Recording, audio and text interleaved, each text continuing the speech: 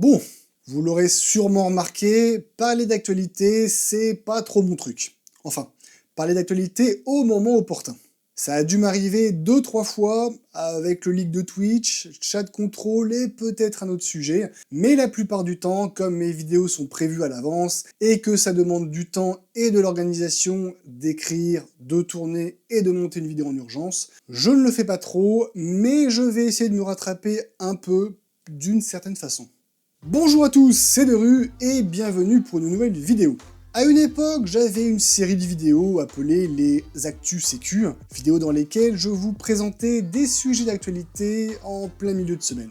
Mais ces vidéos n'étaient pas forcément très longues, pas forcément très intéressantes. Je faisais avec des actualités que je trouvais sur le moment, et surtout à l'époque, en pleine crise du Covid, j'étais en full télétravail chez moi, avec une charge de boulot un peu allégée de par le fait que les clients pour lesquels je travaillais devaient s'adapter aussi à du télétravail complet. Donc je pouvais trouver les sujets et écrire la vidéo tranquillement dans la matinée, la tourner à midi et la monter dans la foulée. Problème, maintenant je ne suis plus en télétravail à plein temps et je n'ai plus vraiment le temps de travailler sur des vidéos comme ça. Mais pour vous tenir informé de ce qu'il se passe dans le monde en termes de cybersécurité et d'informatique, je vais essayer de temps en temps de vous faire une vidéo regroupant plusieurs sujets d'actualité. Alors je parle d'actualité, mais au moment de l'écriture de la vidéo, nous sommes déjà en octobre, la vidéo sort probablement en décembre ou en janvier, et certaines news datent peut-être de juillet-août. Je fais surtout ça pour vous informer plus qu'autre chose. Bon, vous avez de la chance, les informations que j'ai mis de côté ne datent pas de si longtemps que ça.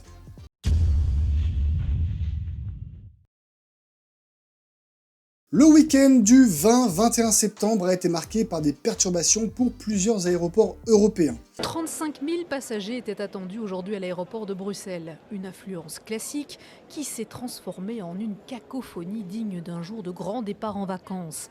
À leur arrivée, de nombreux passagers ont découvert le sort de leur vol devant le tableau d'affichage.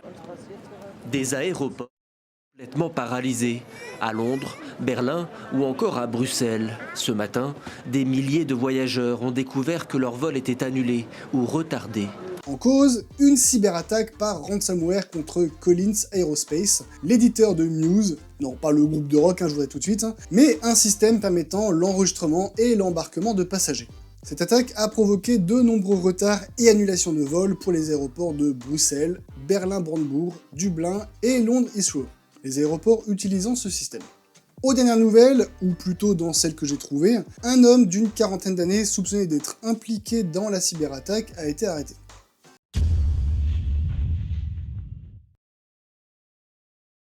Article du 24 et 30 septembre 2025. Rennes et sa métropole, puis Lyon, ont décidé de définir un cadre d'usage de l'IA générative, la GenAI, pour leurs agents et leurs services. Cela a pour but de, je cite, un usage maîtrisé, respectueux des valeurs du service public et en adéquation avec les engagements de la collectivité en faveur d'un numérique responsable. Ces mesures sont également mises en place au regard des questions environnementales, écologiques et éthiques qui se posent avec l'IA générative, critiquée par la quantité d'énergie qu'elle nécessite ainsi que pour les emplois qu'elle vient à remplacer.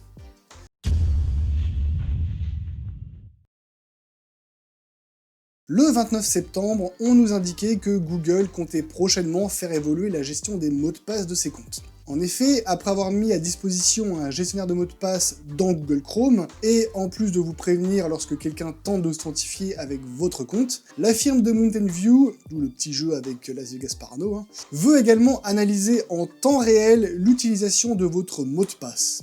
Et pourquoi donc une extrémité aussi extrême? Eh bien pour lutter contre le piratage de ces comptes en modifiant automatiquement votre mot de passe si celui-ci est considéré comme compromis et utilisé pour se connecter à un site. Il n'y a pas trop de détails pour le moment sur le mécanisme mis en place pour considérer le mot de passe comme compromis ou comment l'utilisateur sera averti que son mot de passe a été changé automatiquement, mais une mesure pareille avec une surveillance en temps réel pose évidemment la question des ressources nécessaires à cette supervision globale. Il sera tout de même possible de refuser cette modification automatique en déconnectant votre compte Google ou en changeant de navigateur.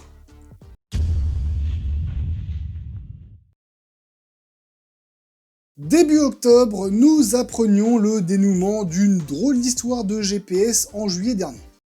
Lina est scolarisée dans cette école et est équipée d'un AirTag, ce mini-tracker GPS que l'on peut glisser partout.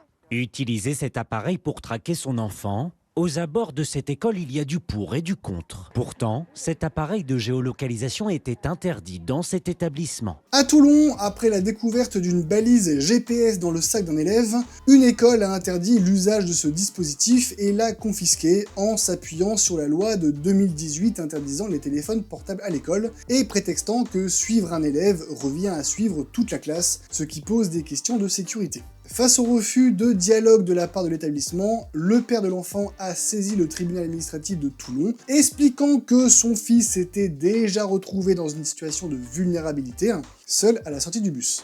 Le tribunal a tranché et une ordonnance estime que cette interdiction, je cite, « porte une atteinte grave et illégale à l'intérêt supérieur de l'enfant, tenant à être protégé par les moyens que les titulaires de l'autorité parentale estimeront appropriés ».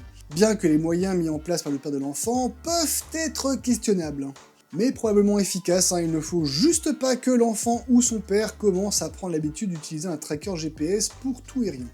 L'établissement refusant de lever l'interdiction pour la rentrée suivante, donc celle de septembre 2025, il aura fallu attendre la médiatisation de l'affaire pour que l'Académie de Nice suspende cette interdiction, tout en continuant de déconseiller l'utilisation de ce type de dispositif sur les heures d'école. Parenthèse, on peut voir depuis quelques temps, si ce n'est pas quelques années, des vidéos sur les réseaux sociaux d'hommes et de femmes traquant leurs conjoints avec des AirTags pour savoir s'ils les trompent ou non, ou juste pour les garder sous surveillance, tel un bon mari ou femme toxique. De même, il a été remonté des cas de personnes déposant des trackers dans des sacs ou poches d'inconnus pour les suivre, donc méfiez-vous de ces systèmes si vous en trouvez dans vos affaires, ça ne coûte pas cher et c'est simple d'utilisation, donc utilisable par n'importe qui.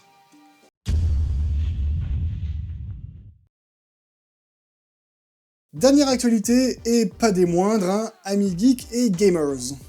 Le 20 septembre, l'information est tombée que début octobre, ou plus tard, parce qu'aucun média n'arrive à donner de date claire, sauf le monde informatique, donc j'ai qu'une seule date sur laquelle me baser.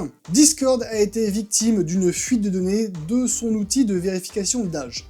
Pour ceux qui ne connaîtraient pas Discord, il s'agit d'une application et plateforme de discussion, d'échange, de jeux et de partage en ligne, utilisée par 200 millions de personnes, et qui sert également pour se rassembler entre amis ou par communauté.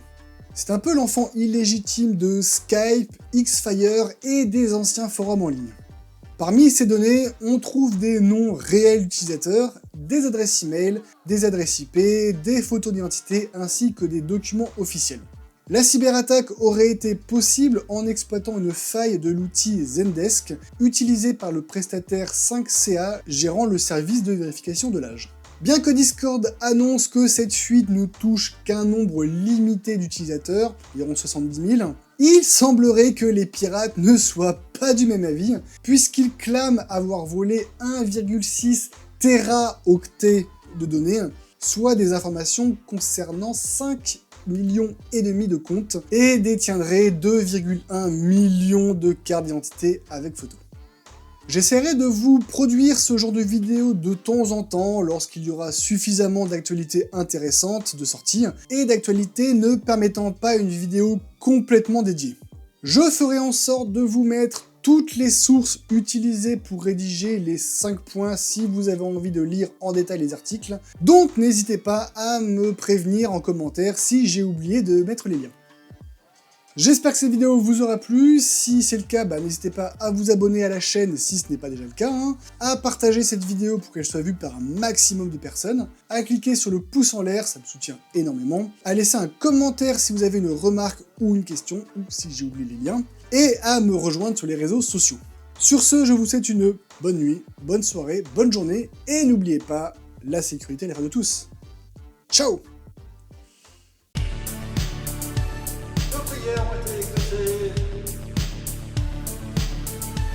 Insérer blague sur Apple ici. Blague sur Apple ici. Bon, c'est bon, ça va, on a compris. C'est un peu l'enfant illégitime de Scalp. Ouais.